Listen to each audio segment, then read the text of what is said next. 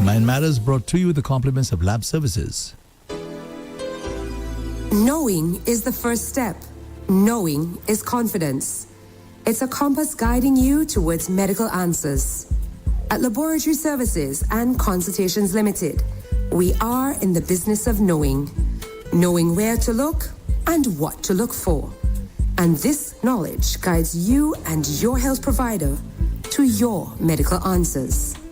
We are the focused, precise, and confidential heart of healthcare. The invisible thread binding together all those committed to your well-being. Laboratory Services and Consultations Limited. We focus on results so you can focus on what's important. Need us? Call us. Telephone 459-2200 or visit any of our 10 locations island-wide.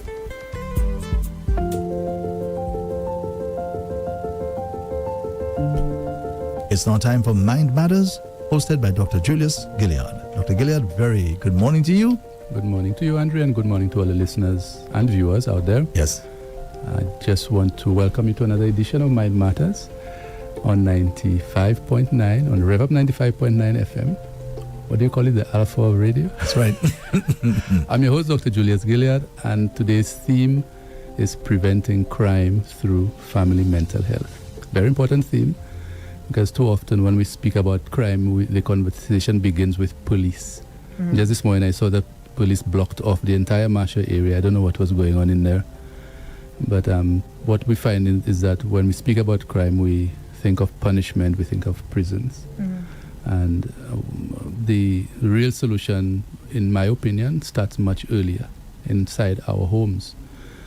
A lot of research does show that mental health of parents and caregivers plays a decisive role in shaping our children's futures and also reducing the likelihood of crime. So today, joining me as a special guest is Miss Audrey Gustave. I said it in French.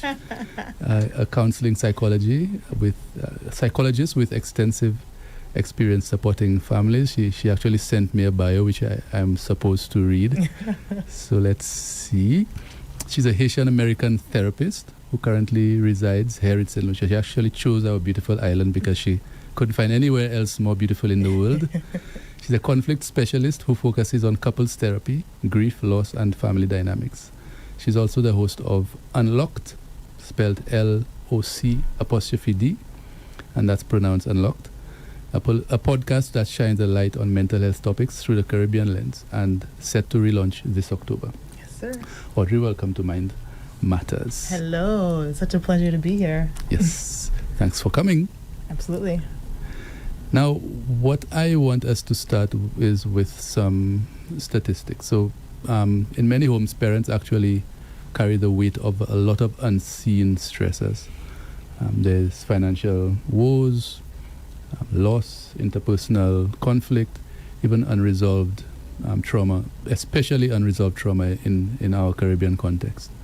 So in St. Lucia, according to statistics, 1 in 5 people have been victimized by crime in the recent period. Yes, and that's according to the St. Lucia Crime Victimization Survey that was also estimated that 18% of the St. Lucian population experienced some form of crime between September 2018 and August 2019. What we must note is that kind of environment can infiltrate the emotional climate of any part of the society, any home, any business, any part of our society. So globally and regionally, we know that untreated parental depression, anxiety, substance misuse, or trauma, or what we call traumatic stress, can interfere with the ability of the parent to respond, the ability of the parent to communicate effectively, and even the emotional availability of the parent to the children. Now, in the Caribbean, studies estimate that between 1 in 4 or 1 in 5 adolescents show symptoms of mental health difficulties. So I'll repeat, 1 in 4 or 1 in 5 adolescents in the Caribbean show symptoms of mental health difficulties. And I'm pretty sure if there's a recent study done between 2020 to now, the numbers are probably higher. So what we have to note is that when parents are unsupported, so when the emotional toolbox of the parent is depleted, children begin life on shaky ground. And I know we have this thing that what the house built on shaky ground does not stand, yes? So if a child is being brought up on a very unstable, in an unstable household or in an unstable family environment, then that child very likely will go through their mental health difficulties. So one of the things that we want to keep in mind is that the family is very important. And every time I hear persons speaking about treating crime by increasing police, by increasing punishment, by giving persons more time and so on, it doesn't work. And I also, in the same breath, at times hear persons speaking about prevention, and speaking about prevention by increasing the police presence, increasing prevention by doing all other things that have nothing to do with the mental health of the populace. Yeah, I remember when I was at in my specialist training, one of the things that I noted, and that's through my forensic psychiatry professor, is that in order for somebody to kill somebody, that person cannot be in the normal state of mind. So most persons who kill people are either intoxicated with some kind of substance, or have some kind of personality disorder, that like narcissistic or antisocial personality disorders, or have some other mental disorder, that when they commit the crime, most of them are not in their normal state of mind. So yes, the courts still have to prosecute them, and they know the difference between right and wrong, because that's the thing that the court looks at, that they premeditate and all of those kind of things. But in order to commit the act, the person cannot be very present with what's happening, because killing somebody in itself is a traumatic experience. Yes, and lots of the crimes that we see taking place, a lot of those persons have untreated or untreated severe mental illness, or they have some kind of personality disorder that takes out their empathy, so they have no empathy towards the victims of the crimes that they perpetrate. And all of those things could have been treated from little. So all of those things are things that develop. The person was not born with a personality disorder, was not born with a mental illness. But all of those things could have been treated before and were not. So what I want to So just before you move on, so why do you think they would need some kind of drug or something to commit the crime? Yes, because like I said, committing a crime is a traumatic experience. And I spoke specifically to killing somebody. Killing somebody is a traumatic experience. The brain is not made to deal with this if the person is present, because a lot of persons who are present mentally when it happens, you usually find that they develop a mental illness afterwards. They develop some form of severe PTSD or something afterwards because they cannot cope with it. Basically, it's dissociative in nature. What do you mean? As in, you cannot, to be under the influence takes you out of your full present self, and it gives you the courage to do something, right? Yes. So it's like somebody with anxiety who drinks to get the courage to speak to a girl or to do other things, become disinhibited. That's the kind of nature of using a drug or removing yourself from the situation mentally, acting on it, and then afterwards. That's why most persons who commit crimes, they run afterwards. Yeah. You don't find that somebody will shoot somebody. It's very rare. And stand there and wait for the police to come. No, they shoot and run because it is traumatic. The fear that comes up afterwards is tremendous. The fear of what? Of what they have just done. So not necessarily the fear of being caught. It's the fear of what they've actually done. Wow, that's deep. Because I thought they would run because they also run because of the fear of being caught, because they know that it is wrong. So they know that it's wrong, but also the fear of what I have done. I've killed somebody. And then they know that they have to deal with that for the rest of their lives. I was speaking with somebody who kind of associates with those kind of people, and he said that the individual would go have a drink after. Yes, to numb the emotions even more. Or a lot of them smoke copious amounts of marijuana Mm-hmm. It's to numb the emotions. I thought it was to celebrate, actually. Oh no. That's interesting. Yeah. So crime is not as simple as it looks. A lot of persons believe, oh, somebody is a bad person and they commit a crime. I from my personal belief, I don't believe that they're bad people. In fact, I don't believe in any of that. Mm. Everybody is a human being, and human beings have certain characteristics. They have certain needs that if they're not met, the person responds in a certain way according to the background that they have. Mm-hmm. So these feelings of guilt and so on, right? Assuming the law doesn't catch up with somebody like that, does that follow them Definitely. all their lives? Definitely. That they remember what they did? Definitely. And especially if you have multiple victims. Yes, Absolutely. definitely. Yes, I'm sure if you speak to somebody who has killed somebody in the past and maybe was not caught, the way that they speak about it will not be in a celebratory manner. If it is in a boasting manner, the boasting itself covers up the pain that they feel. Yes. Mm-hmm. So it's not something as simple as it looks. And do you think the boasting has anything to do with them trying to relieve themselves of this, of the guilt and so on? So it's a mask. And Because I often wonder, why is it that they boast about it? People say that they talk while in prison, they tell you what they did. Yeah, and it's a mask. I mean, there's also the survival in prison reality, where when you're in a space with other criminals, that is a whole different landscape of what it means to survive in that space. And so in that space where other people are capable of similar crimes, you need to stand out in some way in terms of don't mess with me, because everybody there is willing to do something, you know? And so there is a certain kind of personality that you have to take on in an institution to survive in there.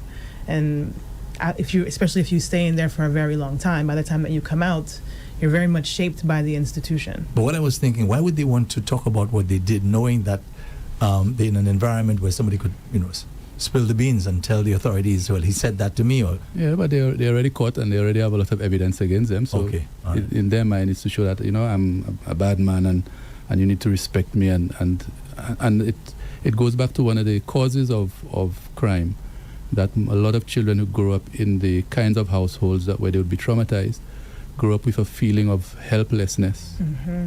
So it's a significant sense of helplessness.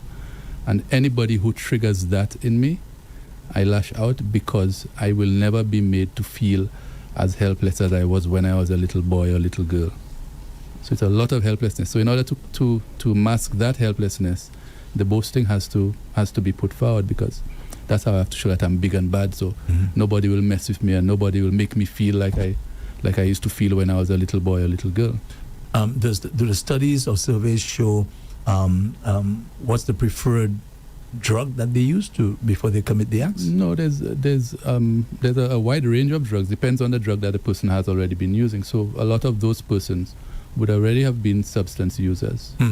Yeah, the great majority of persons who commit crimes are already substance users, and those who are not substance users would most likely have had some form of mental illness that they were acting on. And if the mental illness is coupled by substance abuse, then that increases the risk of committing a crime. Yeah, I mean, there was a point when I was first moving to St. Lucia, and I wasn't sure what my job status would be coming in, so I was working on a research project that ultimately didn't come to fruition. But I was working on a research project about recidivism, meaning the likelihood that you will recommit crimes after you leave prison, and how to minimize that, particularly as it relates to drug-related crimes.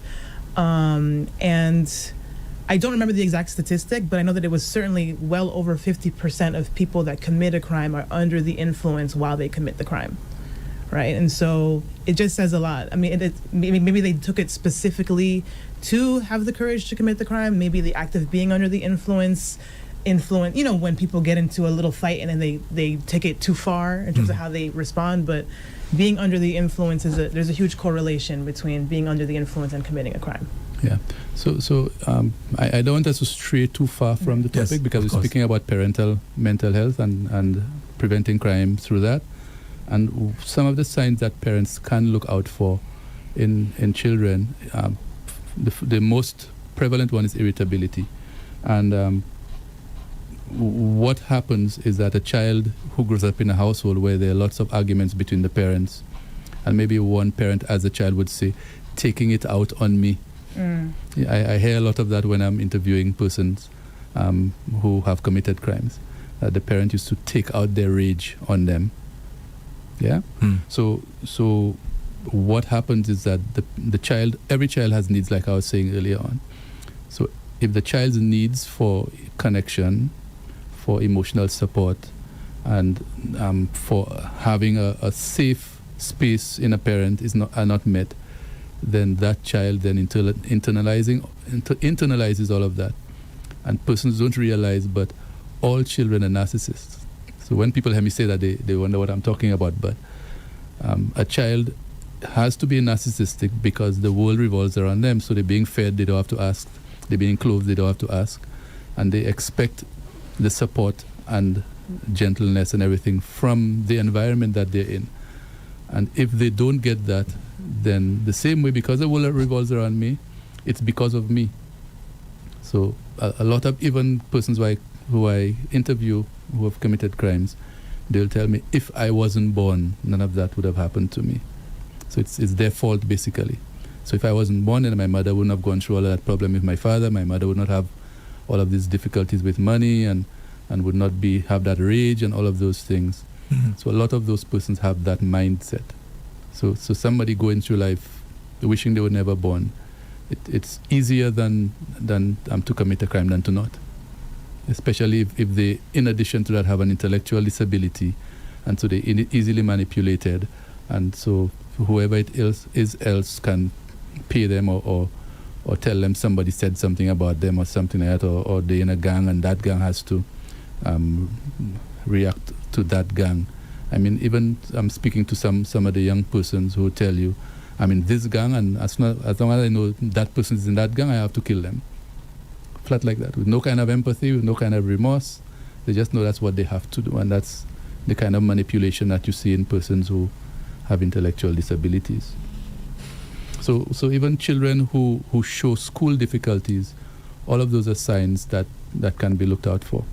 Because school difficulties suggest that either the child has some kind of mental issue going on, or that the child has difficulty at home. And one of the core signs of depression in children is difficulties at school and irritability.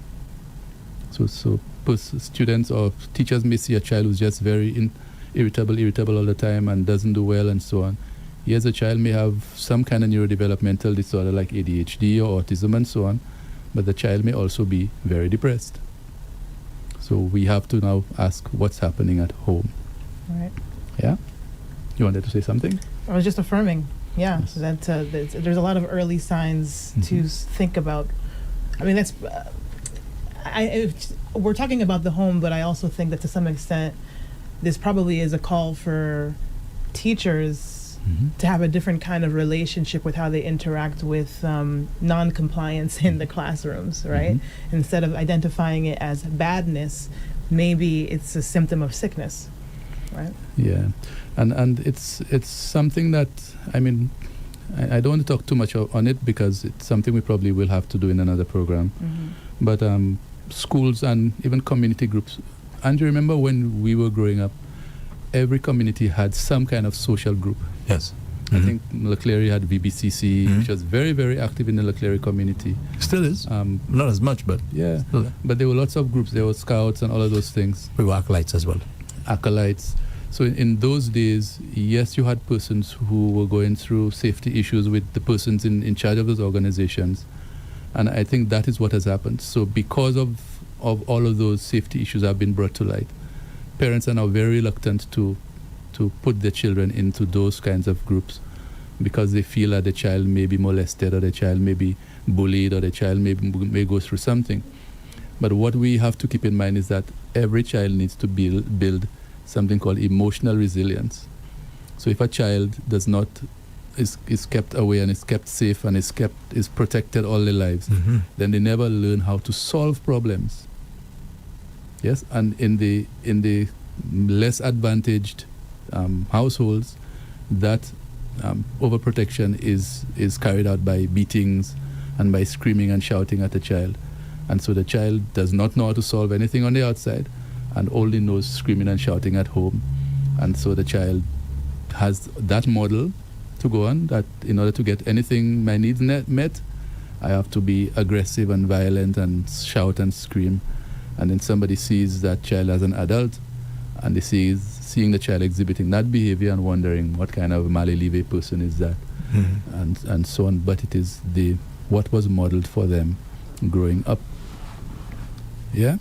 So our schools are very important because the teachers, in my opinion, can be trained a little bit better in how to build some form of emotional resilience for the child, how to build some form of emotion regulation system in the schools. I mean, a couple of teachers who come to see me, I tell them, before your class starts, why don't you sit your children down and have them do 1 or 2 minutes of just breathing, slowing down their breath for a couple minutes, and when the class finishes, before they go out or they change class, do a couple minutes. It's like 1 or 2 minutes for each class. How much will that take away from the class? And it will show its benefits because the children will become a little more regulated during the class.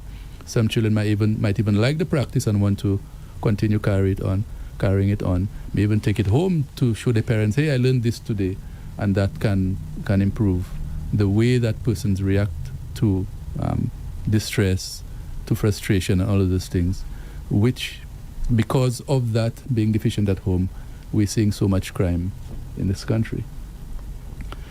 So yes, I had some questions for you. I should hit you with one. Yes. Yeah. So Audrey, from your experience, why do or let's ask that one. How does a caregiving environment buffer or exacerbate risks in high crime communities, especially? Wow, that's a deep question. Well, I think in order, you have to understand the society, how it functions as a large, to really understand that. So first I need to kind of touch on, how St. Lucia presents as how it functions to give that answer, right? And so, small island, there are things to do. There are resources, but they're limited, right? I mean, what we can say is there is a movie theater, but if you don't like the service in the one movie theater, you're either going to take it or you're going to stop going, And so you have to acknowledge the way that this kind of experience forms accepting things, whether you like it or not, culture. Which can develop into a kind of complacency, things will never change, or things just are the way they are. And so you have to, that is a truth that even in one of the more affluent neighborhoods, that you have to acknowledge about what it means to caregive for a child in a country like St. Lucia, right? And so the things that really help are, one, teaching your child to be resourceful, and two, really being present. I mean, so globally, I'm not sure if people know this, but Caribbean women are actually the least married women globally in all the different regions.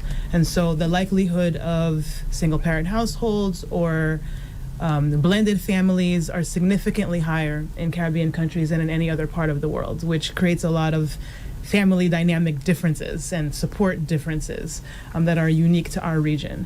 And so with that, if you're a single parent, if maybe you're in a blended family dynamic, so you're maybe a father in a house, but that it's not your blood child, and so there's limitations in what you feel like is your role to be a disciplinarian. Presence looks different. It changes. And so what we see a lot with Caribbean parents is being very leaned into the responsibilities of parenthood and not as attuned to the presence of parenthood, right? And so a lot of parents don't know the interests, the skills of their child, right? And so honestly, a lot of turning to crime is about idle time. it's after school, I'm home alone, or I want more than what this community has to offer me. I don't see another way out. Let me turn to this kind of lifestyle. And so the best way to combat that is if you have something else to bank on. So if you see your kid that they're tapping a lot, and in your brain you're saying, this is irritating, stop that noise. Or you can say, oh, maybe my kid would be a good drummer. I mean, it's just a very different way of being present and attuned to what you think your child's skills might be, and finding some way to cultivate that. Maybe you don't have the finances to pay for classes, but if you look around and you see, oh, here's these bands that they do this. Maybe if I talk to this person, hey, my son or my daughter, I noticed they have a kind of skill to, can you be an apprentice for them? Can you help them? I mean, yeah, you have to be a little bit resourceful, but being present enough to notice and doing something about that information that cultivates a skill or a talent that says, because if you ever noticed, a lot of athletes, they don't drink, right? Because they can't if they want to be good at their discipline, right? And so when you have something that you're passionate about being disciplined in, you don't want to spend your time being idle on the street. You want to focus on that thing. Oh, let me read it, let me study it, let me get better at it. So that is a huge part of caregiving, right? Yes. Even one of the things that we have strayed away from in St. Lucia especially is something like mentoring. I don't know too many children who have adult mentors. And I know before that was a big thing in St. Lucia. You're growing up and you had to be an apprentice with somebody, that is very rare these days. And how many of our children can we tell a friend of ours, why can you mentor this child for me? Sure, he's interested in this and I know that's your line of work. Mm-hmm. Can you help him along or take him under your wings for 6 months or 2 months or something, just to show him the depths of it, right? So that if he or she is very interested, then that'll be their passion. Because even myself, I never had a mentor growing up, right? And my passion has always been psychiatry. It's a miracle that I got here. But somebody else, like let's say if I had somebody as a mentor growing up, somebody in mental health as a mentor growing up, then I probably would have got here a lot earlier than I did. So a lot of children don't have that, and then when they go home to very frustrated parents who depleted themselves because they're working all day and don't have the emotional bandwidth to deal with an irritable child or a needy child. I mean, I have a friend of mine who every time I speak with her, I have to remind her, your child is only 3, because she is irritated by the child. Every evening the child would throw a tantrum. Right. Like, yeah, the child is just starting to develop emotions, and the child at the end of the day is tired and has a lot of big emotions coming up that she doesn't understand. So how can you be taking a couple deep breaths and be present with yourself so that you can hold your child when she's throwing her tantrum and let her know that you are her safe space instead of screaming and shouting, and then the child pulls away, and then the child gets into another realm of disconnection with the parent, and before you know it, your biggest fear of the child turning out badly is what exactly happens. So a lot of adults are turning their feelings of powerlessness into, this is the one place where I can exert some power towards their child, or you're the one thing that can't you make it go right? Like, can't you see that I'm doing all this for you? Like, why can't you make it easy for me? This kind of dynamic with their child, which creates a lot of tension and conflict, and I mean, lack of conflict management skills is huge. So many people are either just saying nothing, which means that they're suppressing a lot, or acting out because nobody taught them to really stop and address something. I mean, and you can even talk to your kid about, hey, can you make it a little easier for me? But there's a way to do it that says, hey, can you notice that I'm a little bit tired, versus just shouting your way through that moment, Yes. And I'm actually reading a book now. It's called Conflict Resilience. And one of the things the author speaks of is that most of us, when we're faced with conflict, we go into one of 4 Fs. So we're going to fight, flight, fawn, or Freeze. fester. A freeze or fester. Fester is building resentment towards the other person. And a lot of parents go into one of those four because they don't have the resources to do otherwise. Right.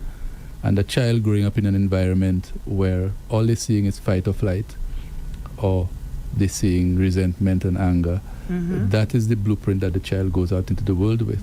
But see, and that's what you're saying is picking up on what I was saying earlier about the environment of St. Lucia.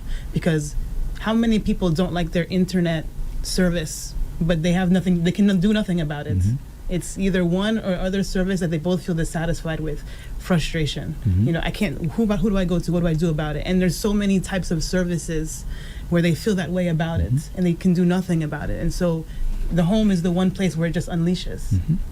And talking, as we're speaking about helplessness in the parent, I mean, one of the things that I have always been saying since I came back here in 2017 is that the schools need to put some kind of curriculum together on how to deal with emotions, how to regulate emotions, how to deal with distress, or how to tolerate it, so distress tolerance, and some form of presence. So when people hear the word mindfulness, they think of Buddhism and so on. But mindfulness is simply being present. Lots of us, in fact, most of us are not present throughout the day. We just going through the day mindlessly. Yes, we drive from here to town and wonder, what happened on the way? I was driving and I got here already. Because we go through the day mindlessly. So being more present in our lives helps with our emotion regulation, helps with our distress tolerance, helps with us dealing with the day-to-day frustrations that we must go through. We cannot run away from frustrations. They are there, and they're there most likely to remind us that we have stuff that we're not dealing with. So those curricula need to be placed somehow into the school system to help both the teachers deal with the children and to help the children themselves build on their or build some form of emotional literature or some form of emotional vocabulary and some form of ability to manage their emotions so that they are able to deal with life a lot better than they currently are. So, yeah, I don't know if you have any questions, Andre. Well, it's time to open up the lines. Yes, beautiful. So let me just give the numbers. The fixed line is 572-9710, 572-9710, or you can WhatsApp 287-0971. The WhatsApp platform, it is 287-0971. Again, the fixed line 572-9710, or WhatsApp 287-0971. So, Dr. Gilead, you have a call. Yes. You need to use your headphones. Okay. Yes. You as well. Okay. Okay. This is Mind Matters on Rev-Up St. Lucia, hosted by Dr. Julius Gilead. Yes. Yes. Good morning, caller. Hi, good morning, Andre. Good morning to you, Lotus. No, This is Dr. Julius Gilead. He's hosting the I show. don't even look like her. Oh, I was just saying, okay, this is Dr. Julius, right? Yes. I want to welcome you to the real world. The last caller mentioned once a month, twice a child. The other thing that is real is Las Capotela is on. Sorry. You were talking about the program before this one. You're talking about Unrestricted. So this is Mind Matters. There's a different show that's on right now. Isn't this the program about No. child? No, it's not. I'm in a different place. I'm watching you on TV. Okay, thank you very much. Sorry about that, Dr. Gilead. That's all right, man. Can you turn the volume up on my mic? So one of the things that I know Andre is passionate about styles of parenting because he corrected me last time I was here. So our preferred parenting style in St. Lucia is the authoritarian parenting style. So it's basically do as I do, or else. Do as I say. Do as I say, sorry, or else. And what that does is that it builds children who may be obedient in the short term, but they tend to be very rebellious later on, especially in the teens, because in the teens, children tend to push back against the control that parents try to exert upon them. And a lot of parents don't know how to deal with that rebellion. Why? Because they've not known how to deal with their distress. So when they are encountered with instances where the child then makes them feel helpless, there's a lot more lashing out.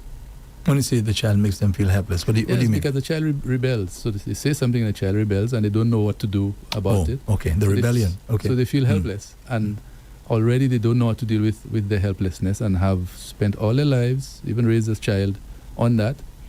And it's a dynamic that usually doesn't turn out well for the child. Yes, the parent is already grown and has gotten to where they are. And a lot of the times I hear parents, when something happens to their child, say he or she was a good boy, or I did my best for them. Yes, it was your best. However, what could we have done to make that best even better so that the child did not end up in that situation? What could we as a society have done? Why do the children rebel? Why do they do that? Because certainly when they're young, they don't rebel. Yes. So what happens? So there's a lot of things going on here. So you have hormones, number one. So the child, from the time they hit puberty, are hit with a lot of hormones and feelings and emotions that they have no clue how to deal with if they have not been in an environment where all of those things were nurtured before. So if it's a child who grew up being controlled and told what to do, and there's no emotional language taking place before that, then the child has no clue what to do with those emotions. And the child also starts to build their sense of identity. So who am I as a person in this earth, and how do I fit in with the different groups that I engage with? So how do I fit in at school? How do I fit in at home? How do I fit in a club that I belong to, or whatever? And because of all of those dynamics that are the interplay of all those dynamics, then the child rebels because the parent still wants the child to be on that road, and the child is trying to find their own road, and the child decides, no, I am trying to get this road, and you are trying to put me on this road which I dislike. And rebellion, and the parent then is left not knowing what to do because I thought this was the best road for you, or some of them say, I know this is the best road for you. And it's like they have a crystal ball seeing in the future. So what happens at that point in time? Why don't they continue to be an authoritarian, right? In other words, you're rebelling, right? I'm going to still show you I'm boss. Yes. Right. Because you're saying that at that point they don't know what to do. Yes, because they don't know otherwise. Well, I don't know what to do essentially means I don't know what to do that works. Because they might still be authoritarian, but they're not seeing a behavioral change, so they feel like I don't know what to do. Oh, okay. Right. So you're saying, despite the fact that they may be saying certain things, as you said a while ago, do as I say, and the child is not doing as they say, then they're in a quandary. Right. And I want to address your question also in a different way, which is it's very easy when you ask the question in that way to see the child that rebelled as the anomaly despite good parenting. But the child that locked himself in the room in front of a screen playing video games all day and never turned to crime, but is the obedient kid, that's not a well-adjusted kid. The girl that desperately wanted to get out of the house because it was too much pressure, found themselves in a relationship with an abusive man that engaged with her with the same style of parenting that you demonstrated, that's not a well-adjusted person either. And so I want us to understand that just because somebody hasn't turned to crime and rebellion, it doesn't mean that they are grounded and well-adjusted and healthy. I mean, authoritarian by its very definition is not teaching. It's punitive. It's saying right and wrong. And so sometimes people even are in a good job, but they're being treated unfairly. They have no voice to say, I don't like what my boss is doing, or I would like to negotiate my salary, or, you know, I mean, there's so much about development that when your first teachers and your first people that were meant to love you said, close your mouth and do what as I say, will lead you into a person that isn't well adjusted in society and doesn't take up space in the room. I don't know if you ever, for me as somebody that was raised in the States, one of the things that I really noticed because I came here with my daughter, and my daughter came to school, and my daughter kept getting all these compliments about when they do class presentations, how she stands in the room and commands a presence. And I'm speaking to her friends rather, and they won't look me in the eye, and they're speaking in a very low voice. And you go to Massey and somebody is speaking your cashier is speaking like this. This is because we don't invite people to be strong characters and personalities in our homes when they're young children. Yeah, and just to add to what you're saying there, I've had a couple teenage girls who've been brought, or even I had a primary school child at one point who the teachers used to punish for speaking out. So they called those children rude. Yes. And the child, I even had a child who would question everything that the teacher says, and that child was called rude. So in other words, our children are not taught how to question what the authority person says. So then the child cannot be their true selves. The child cannot express themselves as authentically as they would like to. Yeah. And you're saying child, what about the adults who still carry that same attitude from a young child into adulthood? And also the response, because remember, we all came up in the same kind of environment. So even the response, let me give you an example. Yesterday I was at Massey, and there's a certain section where, of course, you have the shore pay and so on. And you also have, I think, the lottery, they sell lottery tickets, right? So you have one person taking care of all these customers. So sometimes you get one customer taking an inordinate amount of time because of the number of things that they're doing. And there's one person taking care of everybody. So we are all upset and we're all irritated. But guess what? As you just said there, we're all whispering to each other. Okay? So one lady now burst out, and she says, I've been here for so long, my husband is sick, and everybody's looking at her like, how dare you do that sort of thing? So it's not just the children doing that. Those same children now become adults, and it's the same attitude. So you have people now who do not understand the response, and they think, well, why are you making noise? That's unbecoming. Yeah. I mean, just to bring the topic a little back to crime too, because a big crime preventative is community. If you have community, if you have friends, if you're grounded into something more than yourself, you won't jeopardize that, right, as much. Or some people turn to gangs and stuff to find community, right? And so what I have recognized is the ability to address a problem for the sake of repairing it, right? To say, hey, I didn't like the way you treated me, or I didn't like the way this thing happened, almost always has resulted in the person that I brought it up to never talking to me again, which is very foreign to me compared to, when I was living in the States, where there's this element of, we talk about what went wrong to fix it. And it was such a new experience for me when I first moved here, where it's like, this person is simply upset with me just for talking about it, just for saying I didn't like this, and me being very, very careful with my words, me being saying I'm not mad at you, I'm trying to fix it, whatever, and they just, you're done, cut out. And so it's like, to maintain community, you have to repress. There's so much repression culture, and not figuring out how to have healthy conflict. So many people don't recognize that good conflict breeds trust. If you and I have a conversation and it was a little tense, but we come out good on the other side, that's like, wow, I can have hard conversations with this person. You feel safer with them, you feel more comfortable with them. And so, again, all of this, it starts from that parenting space, right? How many people don't say, hey, my uncle did this to me, or the teacher did this to me? Even though I was raised in America, I was raised by a Haitian family, very, very strict Haitian people that were raised in a dictatorship, to speak about the level of rigidity.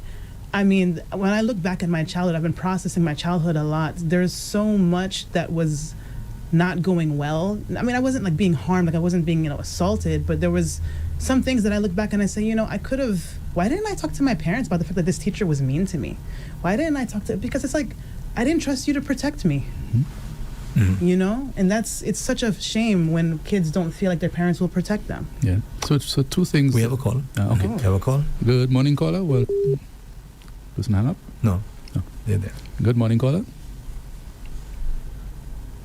Hello. Okay. Some connection issues. Okay. So please, caller, if you're listening, please call back. But just a quick question to you. Aren't you concerned now? Your daughter is being proactive and she's confident and so on. Aren't you afraid that being in St. Lucia now, she may sort of Progress. Yeah, exactly. Get into the mold of being quiet and this sort of thing. Aren't you concerned about that? No.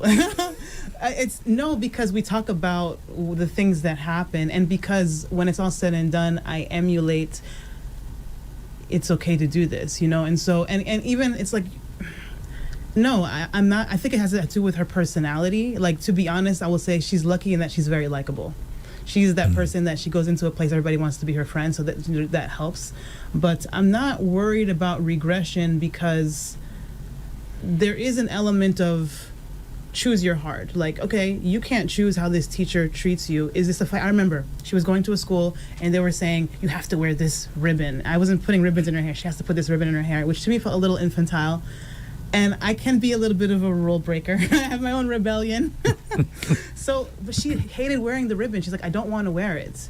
And I said, listen, you can either choose to concede or you can choose to not wear it and recognize that comes with a consequence. Choose what you want to do, and I'll support you. But you don't get to avoid consequence just because you know.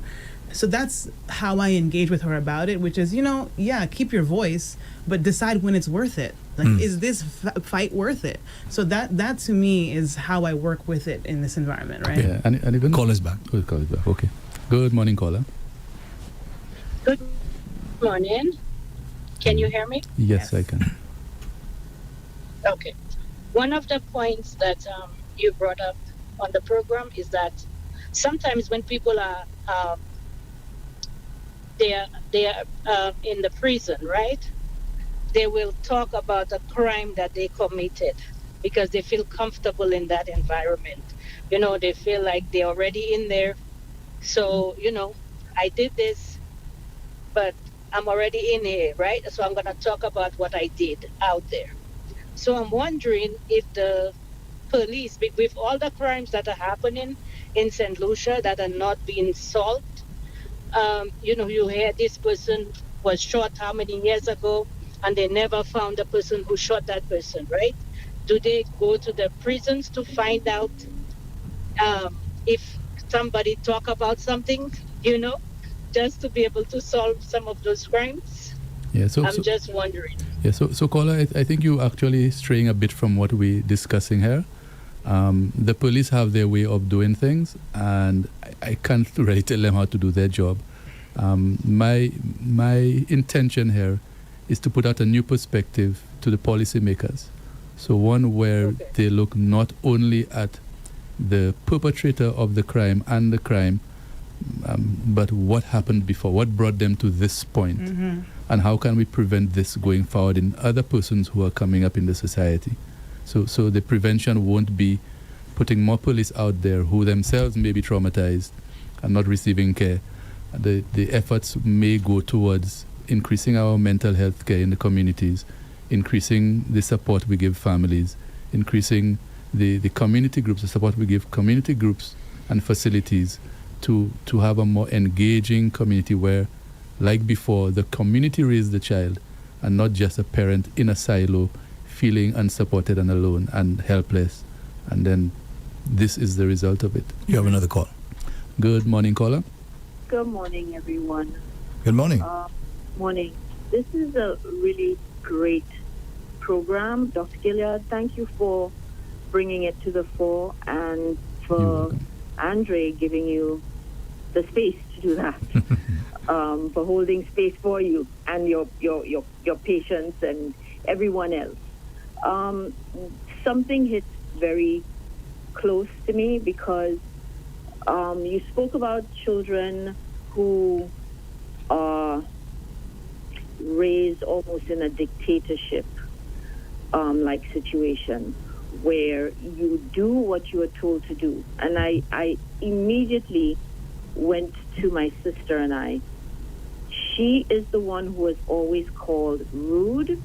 I was the one who was always called nice because she always spoke up for what did not work for her, what made her uncomfortable, and she didn't do what made her uncomfortable. Me, on the other hand, I always acquiesced to what everyone else asked of me, regardless of how it made me feel. That saw me being molested as a child, and I call it rape because rape essentially is taking away your voice, where you're in a position of power and you silence this person. And I silenced myself throughout my life, and I chose bad partners throughout my life. And right now I'm in a position where I'm in a holding phase. I refuse now to say that I love somebody. I refuse now. I'm in total lockdown, shutdown. But I'm functioning. However, I'm aware of the triggers. I'm aware of my challenges. I'm aware of my mental status when dealing with life. So I've had to rework everything that I knew and I came to realize was not working for me, was not treating me well in this life. And now I'm basically learning everything over, learning how to speak up, and it's always frightening, learning how not to ruminate, learning what love is. I still don't know what it is. Learning to think and speak and make decisions and be aware and be present. And it's not easy. So it takes a lot of work. It also takes a village when you're going through this to come out of it. So villages raise us, villages heal us, villages can break us, but it starts with us. It starts with self. It starts with wanting different for yourself, because if you don't, you're just doomed to create the same cycle for yourself and for the generations that would come after you. So thank you so much for this opportunity to speak, and thank you for this program. It's very, very well received. Yes, so thanks. Thanks for calling. For calling, and very say, courageous of you. I just want to say, like, I want to let her know that I'm very proud of her, because deciding to take up space is so difficult for women, well-behaved women, to do.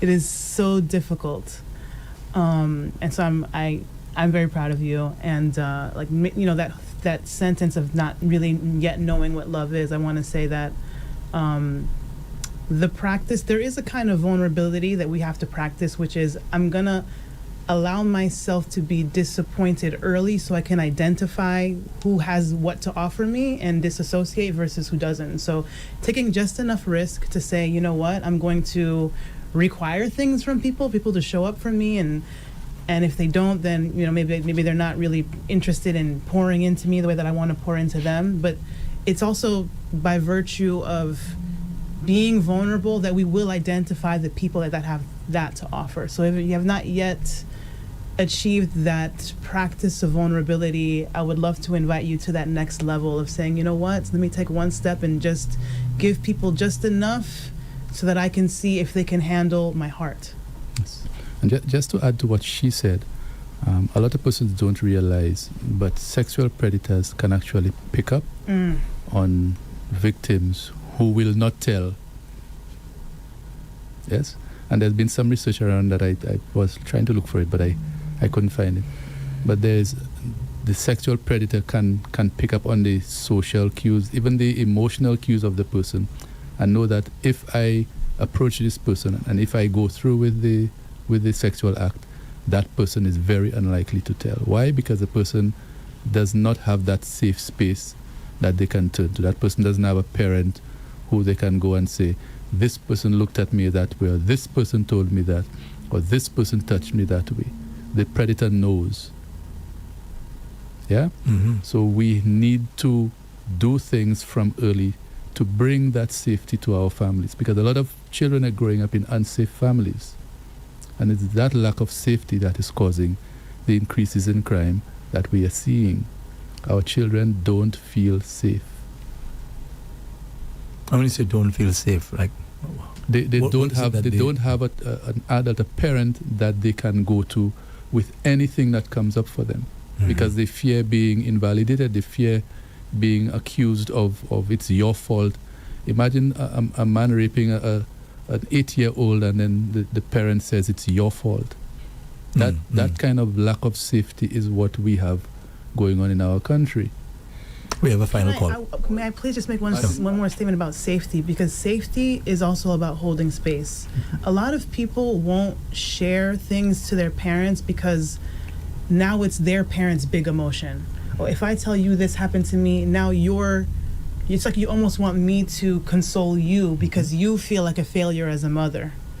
So it takes a very particular kind of discipline when your kids come to you with their pain, and to not start being the one with the big emotions in the room, even if it's like, oh my God, I can't believe this happened to you. Now they feel like, okay, why do I feel like I'm taking care of my mom now, even though I'm the one that was harmed? Mm-hmm. Final call. Good morning, caller. Thanks for calling. Good morning. Hi, good morning. Morning. Can you guys please share your contact information? I would like to make a contact with you guys to discuss some matter pertaining to what you've been talking about. Okay, so you can contact my office at 459-2234. What's the best way to contact me? I mean, are you more of yeah, I prefer to give an email. So yes, the best email to contact. You can give an email, yeah. Yeah, email is info at. Go ahead, I'll get it from off the program. Info at. Info at Audrey. So my name is spelled AUDREY 2TOSHAKTI.com. So Can you repeat that? Yes, info at audreytoshakti.com. Info at AUDREYTOSHAKTI.com. And your number, Dr. Gillian? Yes, 459-2234. Okay. All right. So we have to wrap up? Yes. So thanks. Oh, sorry. Just before we wrap up, yes, I want to ask something. See, about being open and not cowering and this sort of thing, right? Okay, you have the authoritarian parent who suppresses you basically most of your life. Then you get out of that, and you have a society now that does the same thing. Yes. And I think a lot of people are just afraid because you have these bullies, right, who are not necessarily your parents, but they're out there, who are not necessarily your partners, but they're in positions of authority and so on, and they want to fight you. Okay, so I'm a fervent believer of the phrase, hurt people, hurt people. So anybody who I see being a bully, I know that person is hurt and hurting and does not know how to deal with their hurt. So I'm very empathetic towards them. I try to be as gentle with them as possible. But they're not gentle. That's fine. With other people. That's them. Especially the people who are outspoken and so on, who would not tolerate them taking advantage, and then they get threatened and they get killed sometimes. Well, like I said, and like you said, get killed. So it's hurt people. So anybody who is being a bully has some measure of hurt that they don't know how to express. So how do we as a society or as a organization, if it's in an organization, deal with those persons and encourage them to deal with their hurt? Because their hurt is not benefiting the organization. It's only benefiting them to express it the way that they do. Because when they do express it that way, what they're doing is numbing and pushing back instead of dealing with what is really at the core of their behavior. Yes?